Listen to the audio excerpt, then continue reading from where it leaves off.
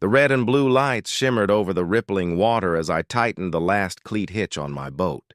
The night was still, yet the rhythmic echo of boots carried down the dock. Two police officers approached, their outlines crisp against the flashing glow of the patrol car.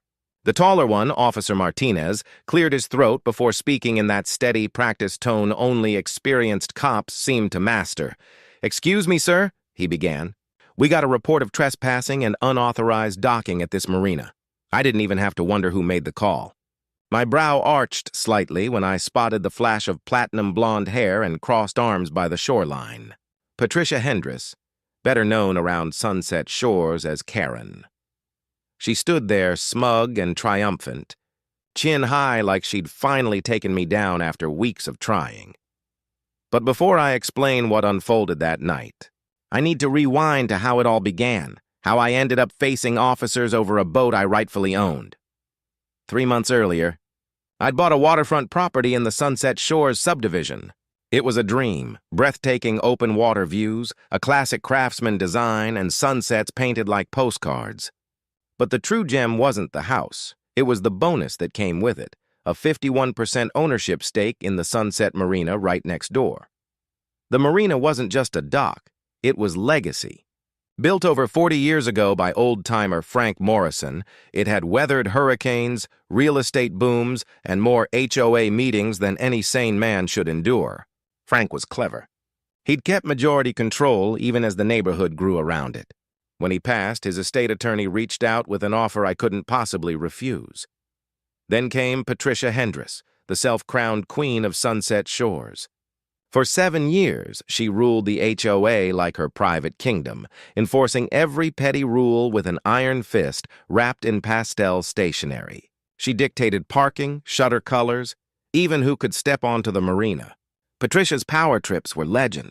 She once measured a neighbor's lawn with a ruler to issue a fine and cited another for having wind chimes too melodic. Her obsession with control was practically an art. My first encounter came the week I moved in. Still surrounded by boxes, I opened the door to find her standing there with a plastic-wrapped welcome basket and a thick binder tucked beneath her arm. Her smile was tight and sugary. "Welcome to Sunset Shores," she said sweetly. "I highlighted the most important HOA rules for you. Pay special attention to sections 4 through 17. They cover watercraft regulations." I thanked her, set the binder aside, and went back to unpacking. Apparently, that was my first mistake. Patricia didn't like being ignored. When I skipped her emergency HOA meeting, she called it a concern over new resident integration and took my absence as an insult. But things truly erupted the first time I brought my boat to the marina. It wasn't a flashy yacht, just a modest 24-foot cabin cruiser. She was clean, sturdy, and dependable, my pride and joy. As I backed the trailer down the ramp, Patricia appeared as if summoned from the shadows, clipboard in hand, like some kind of bureaucratic phantom. "Excuse me," she snapped. "You can't launch that here without HOA authorization." I calmly explained that I lived at 47 Waterfront Drive and that my property came with marina rights. Her expression twitched, cycling through shades of pink and purple. "That's irrelevant," she barked. "All vessels must be pre-approved by the HOA board before entering our marina." That's when I dropped the first bombshell. With the faintest smile, I said, "Actually, Patricia, I don't just have rights. I own 51% of the marina itself. Bought it along with the Morrison property." For a heartbeat, she froze. The look on her face was priceless, a mix of disbelief and outrage. But I should have known that was only the beginning. In the following weeks, Patricia went on the offensive. She launched a campaign that would have impressed a seasoned politician. Each day, a new email hit the HOA list with dramatic subject lines like, "Unauthorized vessel threatens community standards and property values at risk from negligent boat owner." She staged what she called casual gatherings near the dock, where neighbors conveniently strolled by as I worked on my boat. They'd shake their heads and whisper about declining community values. Then came the official complaints. To the HOA board, the City Marina Commission, even the Coast Guard Auxiliary. Every time I replied calmly, attaching my ownership papers and deed copies. But Patricia didn't retreat. She escalated. She began photographing my boat from every angle, claiming it broke aesthetic rules. She measured the dock with a tape measure, declaring I was 3 inches over the limit. She even hired what she called an independent marine consultant, who turned out to be her nephew with a fishing license and a chip on his shoulder. The tension hit its peak at the next HOA meeting. Patricia stood at the podium like a prosecutor addressing a jury, waving her hands before a PowerPoint titled "The Boat Problem, a Clear and Present Danger to Our Community." Slide after slide showed my boat in the worst lighting imaginable, complete with red arrows and overblown captions. When she finished her 45-minute tirade, I rose, walked to the front, and calmly plugged my phone into the projector. "I'd like to share something," I said evenly. The screen switched to the original Marina deed and incorporation documents. "As you can see," I continued, "the Marina is a separate legal entity from the HOA. The majority owner, me, has full authority over slip assignments, approvals, and operations. The HOA has 0 jurisdiction here." The room fell silent. Then came the murmurs. Some board members exchanged uneasy glances, realizing they'd been backing Patricia against a lawful owner. Patricia's face cycled through the colors of a stoplight before settling on furious crimson. "This is absurd," she shrieked. "I've managed this marina for 7 years. You can't just walk in and claim ownership." I gave a small shrug. "Didn't claim it, Patricia. I bought it. Deeds on file with the county. Want to see the tax records?" That was the moment she snapped. 2 days later, I returned from a peaceful morning cruise to find police lights flashing across the dock. Patricia had actually called in, reporting me for trespassing on HOA property and illegally mooring a vessel. And that's how I ended up tightening a cleat hitch while 2 officers approached, ready to question me about my own marina. Officer Martinez listened as I calmly explained everything, scrolling through my documents on the phone. He leaned in to read while his partner, Officer Chen, tried not to laugh. It was obvious they both understood exactly what was going on. Patricia stood a few feet away, arms rigid, foot tapping so fast it could have drilled through the dock. After a long moment, Officer Martinez turned toward her, voice firm but even. "Ma'am, this gentleman owns the marina. You can't trespass on property you legally own." Patricia's jaw dropped. Then she sputtered back, her voice climbing an octave. But the HOA has rules. We have standards. This violates everything we stand for." Officer Chen stepped forward, expression suddenly serious. "Ma'am, filing a false emergency call is a misdemeanor. You've wasted city resources over what appears to be a personal dispute." That silenced her instantly.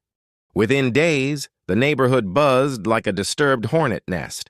Everyone heard about Patricia's failed police stunt, and suddenly, people who'd never dared challenge her started whispering. Slip renters from the marina came to me one by one, sharing their own horror stories about her reign of control. Tom Bradley from Unit 12 said she'd once tried to ban his kayak because it was too yellow. Sarah Chan from Unit 33 told me Patricia had made her write a 1-page essay explaining why she deserved a boat slip. That was the moment I decided enough was enough. I called an emergency meeting for all slip holders and any interested residents. When the day came, the community center was packed to the walls. The tension was thick, but so was the curiosity. I stood before them, steady and clear. "First," I began, "we're upgrading everything. New cleats, better lighting, proper safety gear. No more neglected docks or frayed ropes." A wave of murmured approval swept the room. "Second," I continued, "slip assignments will be fair and transparent. No favoritism, no book club politics." This time, applause broke out. "And third," I said with conviction, "we're done with the nonsense. No aesthetic committees, no boat beauty contests. If your vessel's seaworthy and you respect your neighbors, you're welcome here." That's when I spotted her, Patricia, sitting in the back, her expression a storm of disbelief and rage. When I opened the floor for questions, she shot to her feet, voice shaking. "This is a coup! You're destroying everything that makes Sunset Shores special." Before I could respond, an older man named George, a longtime resident, rose slowly. His tone was calm, but it carried weight. "Patricia," he said, "the only thing being destroyed here is your chokehold on this community.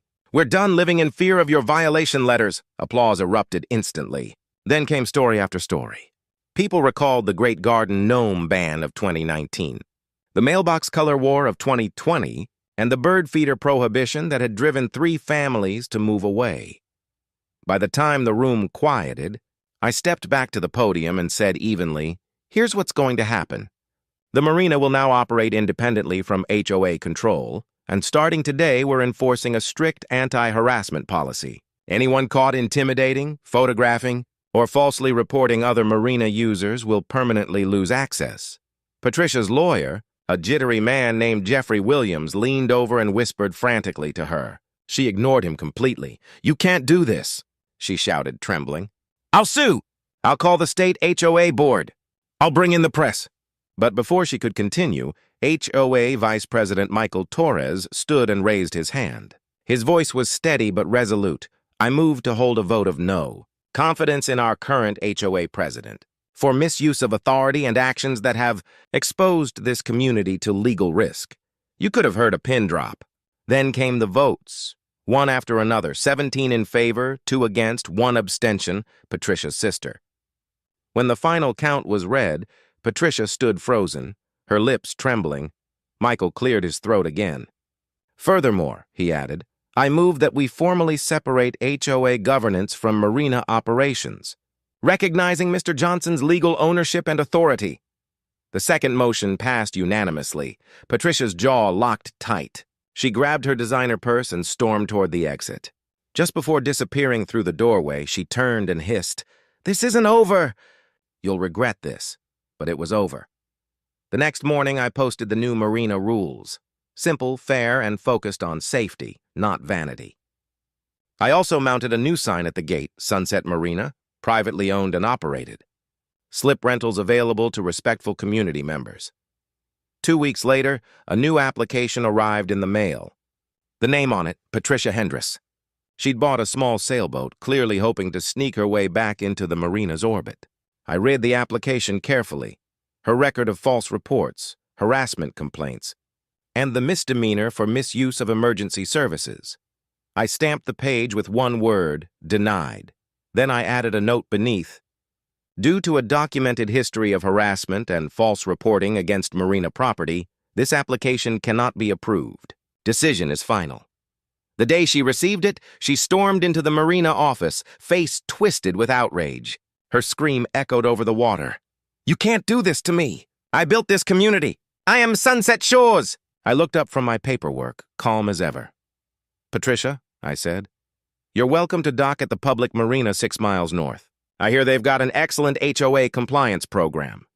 It was the last real conversation we ever had. Her lawsuits drained her dry. The court fees from her failed challenges and the fine from her false 911 call forced her to sell her home. She eventually moved to a landlocked neighborhood in Arizona. At her final HOA meeting before leaving, she sat silently as the new board methodically overturned every one of her petty rules. Meanwhile, I spent that evening at the marina adding one final touch, a small, discreet sign at my personal slip that read, "Private slip, owner-operated." Under reasonable management, the marina thrived again. Families returned. Kids laughed and fished from the docks. The sunsets became peaceful once more. No violation notices, no tension, no drama. In the end, Patricia's 911 call, the one meant to humiliate me, did the opposite. It exposed her corruption to the entire community. The misdemeanor stuck. $3,000 in fines, 40 hours of community service, and permanent removal from the HOA board. The local paper ran a headline, "HOA President's Overreach Leads to Downfall." Her reputation as a real estate agent crumbled. And when she saw the final judgment, $3,000 for one phone call, her voice cracked to a whisper. $3,000 for one phone call. Her lawyer simply nodded. "You're lucky it wasn't worse."